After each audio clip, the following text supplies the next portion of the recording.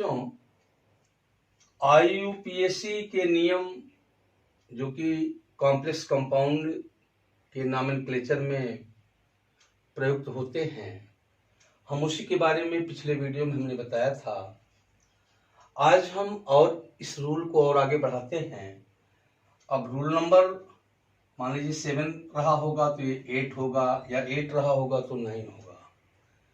तो बच्चों, rule number 8 या रूल नंबर 9 कहता है कि जो संकुल आयन होता है या संकुल कॉम्प्लेक्स आयन, उसके नाम में कैटायन या एनायन नहीं लिखते। भले ही कॉम्प्लेक्स आयन कैटायन हो या एनायन हो, धनायन हो या ऋणायन, उसके नाम में कैटायन एनायन नहीं लिखते, बल्कि अंत में आयन लिख देते हैं। रूल नंबर 8 हो गया।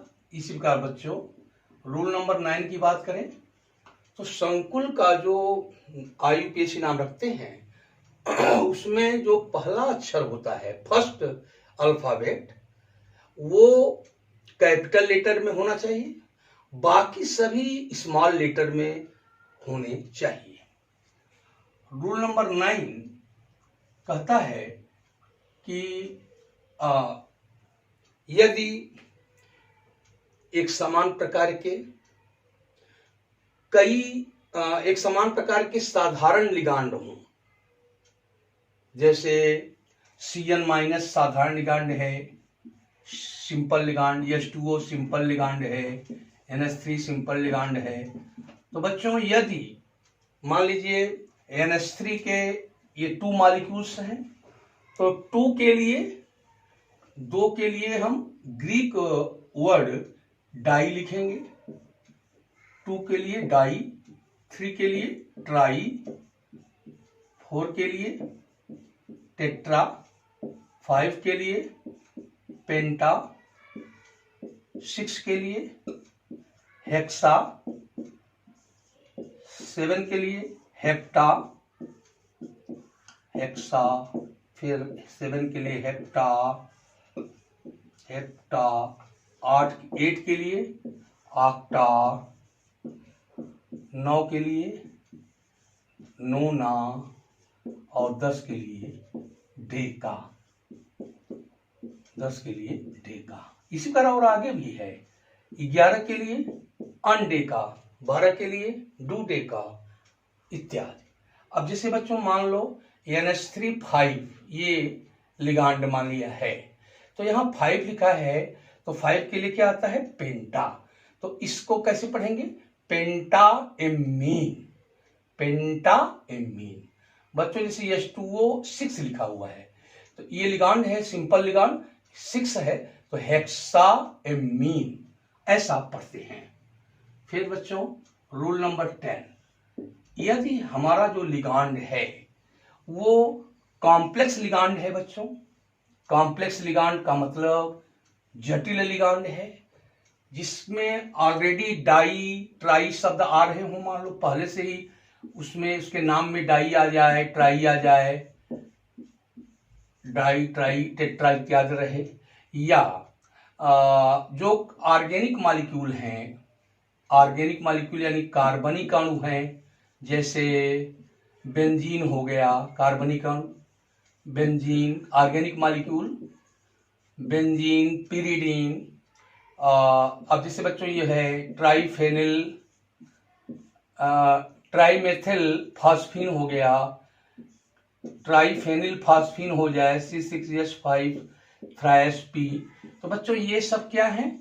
ये कॉम्प्लेक्स लिगांड्स कहलाते हैं, कॉम्प्लेक्स लिगांड्स। अब देखो बच्चों, जैसे एथिलीन डाइएमीन है, इसको EN लिखा जाता है, EN, एथिलीन डाइएमीन। रियल में इसका फार्मूला है NH2 CH2 NH2। बच्चों, ये इसमें डोनर एटम 2 होते हैं, नाइट्रोजन, एक ये डोनर एटम, एक ये डोनर एटम। ये बाइडेंटेट लिगांड है। तो मान लिया बच्चों, ये आ गया EN 2 आ गया, 3 आ गया, 4 आ गया, तो 2 के लिए क्या करेंगे? 2 के लिए बच्चों 20 लिखा जाता है, BIS।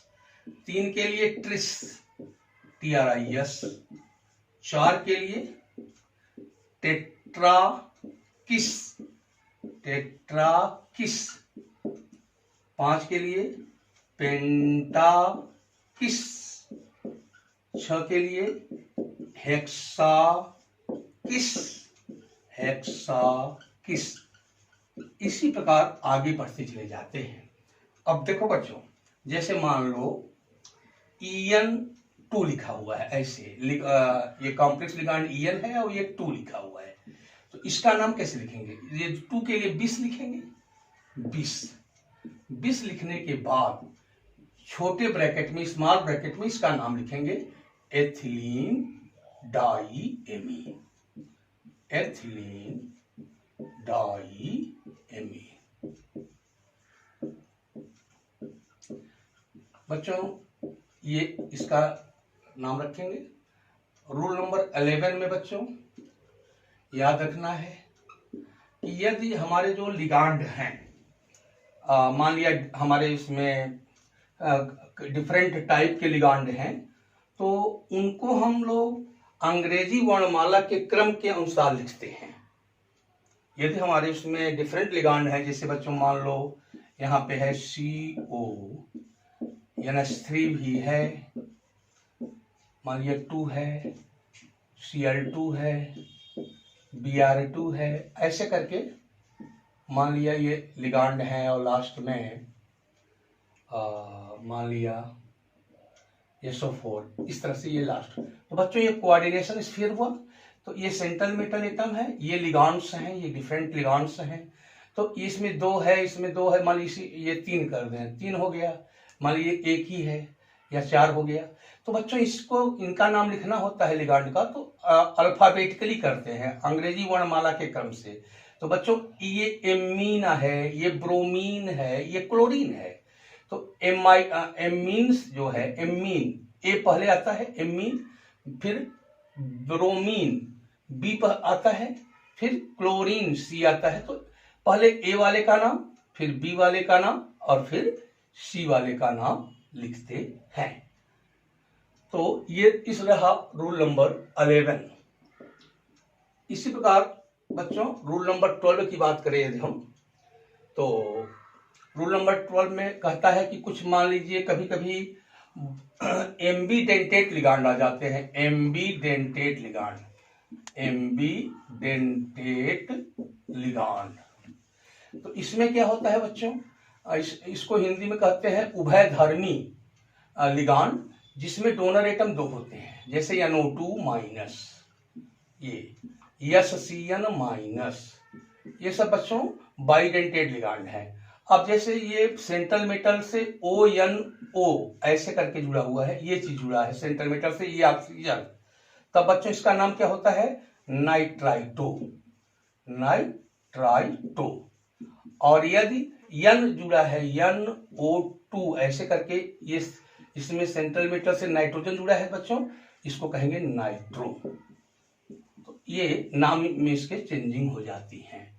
इसी प्रकार यदि हम रूल नंबर 13 की बात करें बच्चों, तो यदि हम किसी कॉम्प्लेक्स कंपाउंड का जब IUPAC नाम लिखते हैं, तो आप तो जानते हैं कि सबसे पहले मान लिया कैटायन लिखना है, जैसे पोटेशियम है तो K लिखा, ब्रैकेट लिखा, ब्रैकेट में बच्चों सेंट्रल मेटल को जैसे यहाँ लिख लिया, मान लीजिए सपोज कि यहाँ Fe है, Fe। अब इसके बाद लिगांड्स को लिखते हैं, मान लिया बच्चों कई लिगांड हैं, तो जैसे NH3 भी है, तो NH3। तो पहले बच्चे सबसे पहले यहाँ पे करेंगे क्या, जो निगेटिव लिगांड है उनको, उसको लिखेंगे CN। निगेटिव लिगांड लिखने के बाद तब न्यूट्रल लिगांड लिखेंगे, न्यूट्रल। उसके बाद तब पॉजिटिव लिगांड जो है उसको लिखा जाता है। माने ये सिस्टम है, जैसे ये निगेटिव लिगांड, ये न्यूट्रल लिगांड, ये पॉजिटिव लिगांड। अब इसके नंबर यहाँ जो भी होंगे हम सेट कर देंगे।